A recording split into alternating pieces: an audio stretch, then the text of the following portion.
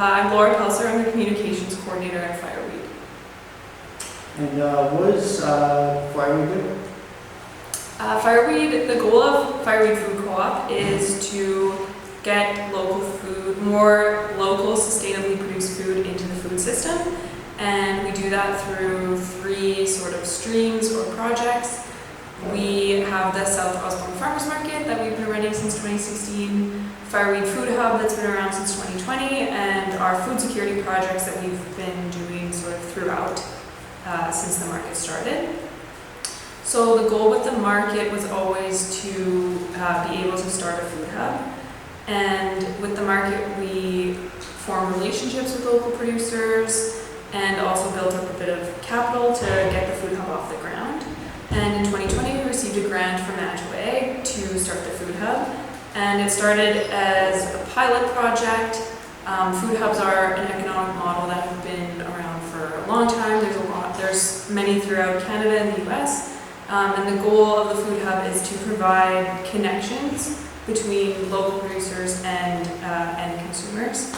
So with the food hub, we work with wholesale customers. So that would be restaurants, retailers, institutions.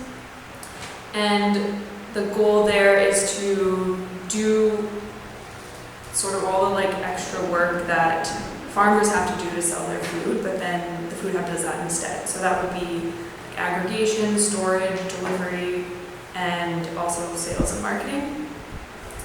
And so all of that work is what supports our food security project. So we have, right now we're just starting the 2nd year of the veggie van. And that's where we buy food from our producer co-op members, and then we sell it at a subsidized rate. So it's half or half of the actual cost, or we have some free items, and that's to make local food more accessible. And the veggie van goes around into different areas that experience food insecurity to bring more local food into those underserved areas. Okay. Now, are there any challenges that Fireweed currently faces? Yeah, some of the challenges that we face are sort of people not knowing what we do. So I think sometimes, for example, for people that interact with the food hub, like the wholesale customers, sometimes we just come across as any other third-party supplier, which is not the case. Our goal isn't to negotiate down the price for the producers for their food. And then make a big profit. Our goal is to support the producers to get a fair wage for their work and a fair price for their products, and just provide the connections to make selling those products easier in the food system. So I think, our identity is sometimes a challenge, as well as funding. It's difficult to find funding that will support staffing as well as capital expenses. So a lot of funding comes with a project or research, which takes away from our base work of supporting producers. And we're years away, if ever, from becoming completely financially dependent off grants. There's some food hubs that have been around for decades that still rely somewhat on grant funding.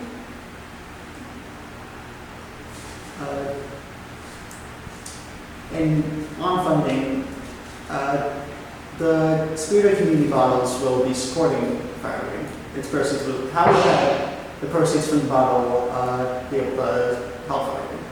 So the proceeds from the water bottle will probably go to our veggie van project, and that's because it will have any amount of donations or funding for the veggie van goes kind of double.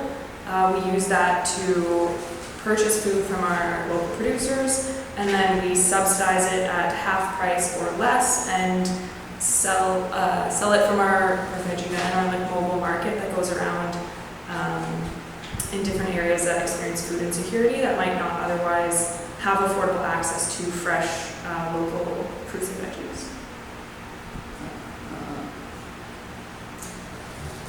You talked about the veggie van. Are there any other programs that you would want to highlight? Sorry?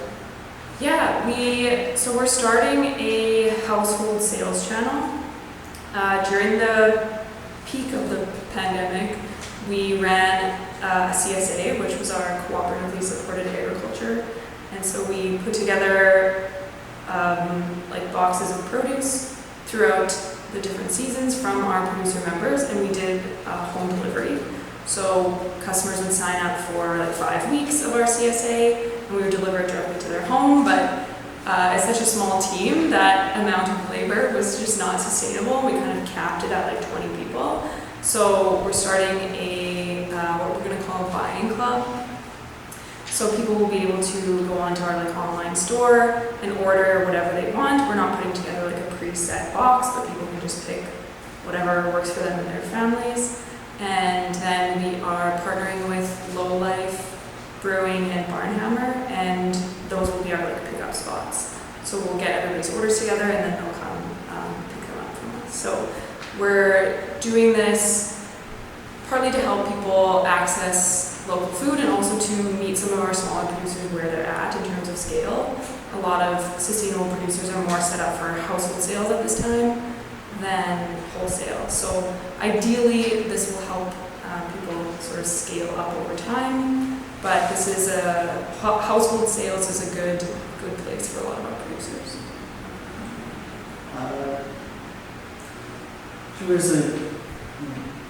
How can people help and support farming?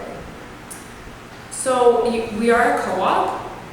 We have we're a multi-stakeholder co-op. So we have members that are producers and members that are consumers of food. And the goal for that is to have our work informed by people from throughout the food system. So everybody from producers to eaters of food. So you can become a co-op member, and we have different levels of membership according to what makes like financial sense for people. And once you're a co-op member, you can access our buying club, and you'll get a member newsletter, which we send out regularly to inform people about what we're working on and any sort of like job opportunities or board opportunities, as well as issues or events related to food justice or food security. We also have volunteer positions available. So the South Osmond Farmers Market is run primarily by volunteers, as well as our market coordinator, and the veggie van is looking for volunteers too to come help work at the veggie van. And if people want to volunteer, what's the best way to like get involved? Through our website would be the best way. There's volunteer application forms there. Are there any like closing thoughts? Closing thoughts? I don't know. I think there's some stuff different.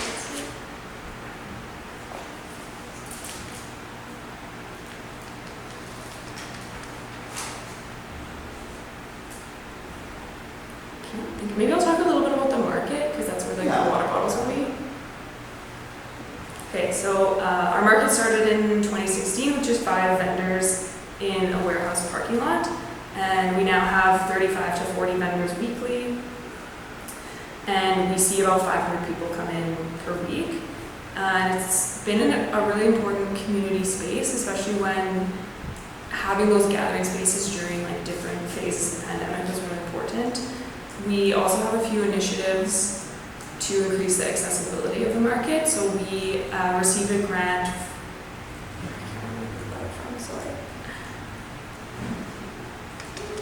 No, I didn't write it down. Okay. We received a grant to build more accessible pathways, as well as signage to make the market more easy to navigate. We also have a pay it forward program, where people who can afford to do so can purchase tokens for other folks at the market to use to buy food.